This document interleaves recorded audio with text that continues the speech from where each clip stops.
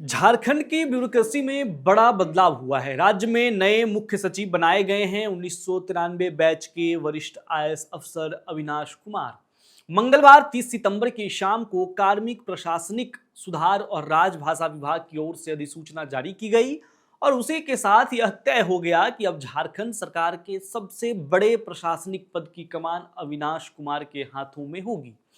वह इससे पहले विकास आयुक्त, झारखंड ऊर्जा विकास निगम लिमिटेड के चेयरमैन एवं प्रबंध निदेशक और झारखंड बिजली वितरण निगम लिमिटेड के प्रबंधक निदेशक की जिम्मेदारी संभाल रहे थे। अब नए आदेश के बाद उन्हें मुख्यमंत्री के अपर मुख्य सचिव और नई दिल्ली स्थित झारखंड भवन के मुख्य स्थानिक आयुक्त का भी अतिरिक्त प्रभार सौंपा गया है। यानी राज्य प्रशासन के कई अहम पद पर एक साथ वो नजर आने वाले हैं। अविनाश कुमार ने मंगलवार को निवर्तमान मुख्य सचिव अलका तिवारी से कार्यभार ग्रहण किया। अलका तिवारी 1988 बैच की आईएएस अफसर थी और उनका कार्यकाल 30 सितंबर को पूरा हुआ। उन्होंने नवंबर 2024 में मुख्य सचिव का पद संभाला था और तकरीबन 1 साल के कार्यकाल के बाद वो रिटायर हो गई। उनके बाद सबसे वरिष्ठ अधिकारी शैलेश कुमार सिंह वरीयता सूची में सबसे ऊपर थे, लेकिन वह इस समय केंद्रीय प्रतिनियुक्ति पर ग्रामीण विकास मंत्रालय के सचिव के पद पर कार्यरत हैं। इसी तरह 1992 बैच की आईएएस निधि खरे भी दिल्ली में केंद्रीय प्रतिनियुक्ति पर हैं।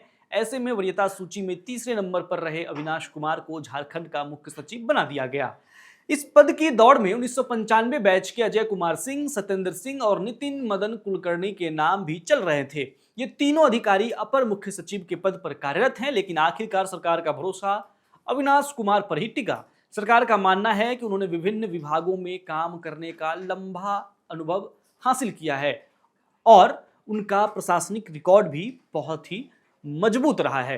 अब जरा अविनाश कुमार की पृष्ठभूमि पर नजर डालते हैं। वह मूल रूप से बिहार के सीतामढ़ी जिले के सुरसन प्रखंड के बिर्रख पंचायत के बखरी गांव के रहने वाले हैं।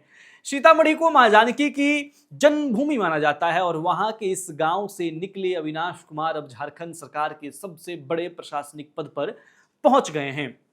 गांव में दुर्गा पूजा का माहौल पहले से ही उत्सव का है और ऐसे समय पर आईएएस अविनाश कुमार की यह बड़ी उपलब्धि वहां के ग्रामीणों और परिजनों की खुशी को दोगुना कर रहा है।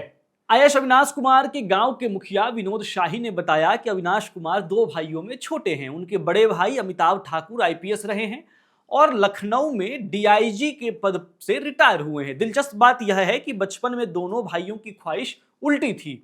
अविनाश कुमार आईपीएस बनना चाहते थे, जबकि उनके भाई अमिताभ ठाकुर आईएएस बनने का सपना देखते थे, लेकिन किस्मत ने दोनों को उनकी चाहत से उलट रास्ते पर पहुंचा दिया। अविनाश कुमार आईएएस बने और अमिताभ ठाकुर आईपीएस। दोनों भाइयों की पढ़ाई आईआईटी कानपुर से हुई थी। अविनाश कुमार एमटेक की डिग्री रखते हैं और अपने कड़े अनुशासन वाले स्वभाव के लिए जाने जाते हैं। उनके पिता तपेश्वर नारायण ठाकुर बोकारो स्टील फैक्ट्री में इंजीनियर थे। रिटायर होने के बाद उन्होंने बोकारो में ही वकालत शुरू की। इस परिवार की पृष्ठभूमि और मेहनत को देखते हुए कहा जा सकता है कि अविनाश कुमार की यह उपलब्धि न सिर्फ उनके परिवार बल्कि पूरे गांव और जिले के लिए गर्व का क्षण है।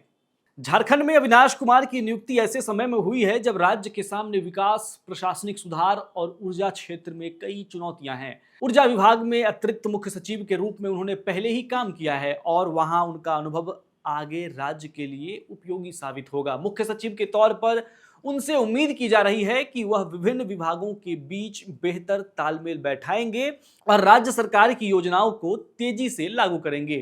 कुल मिलाकर अविनाश कुमार की नियुक्ति झारखंड की ब्यूरोक्रेसी में एक बड़ा और अहम मोड़ है।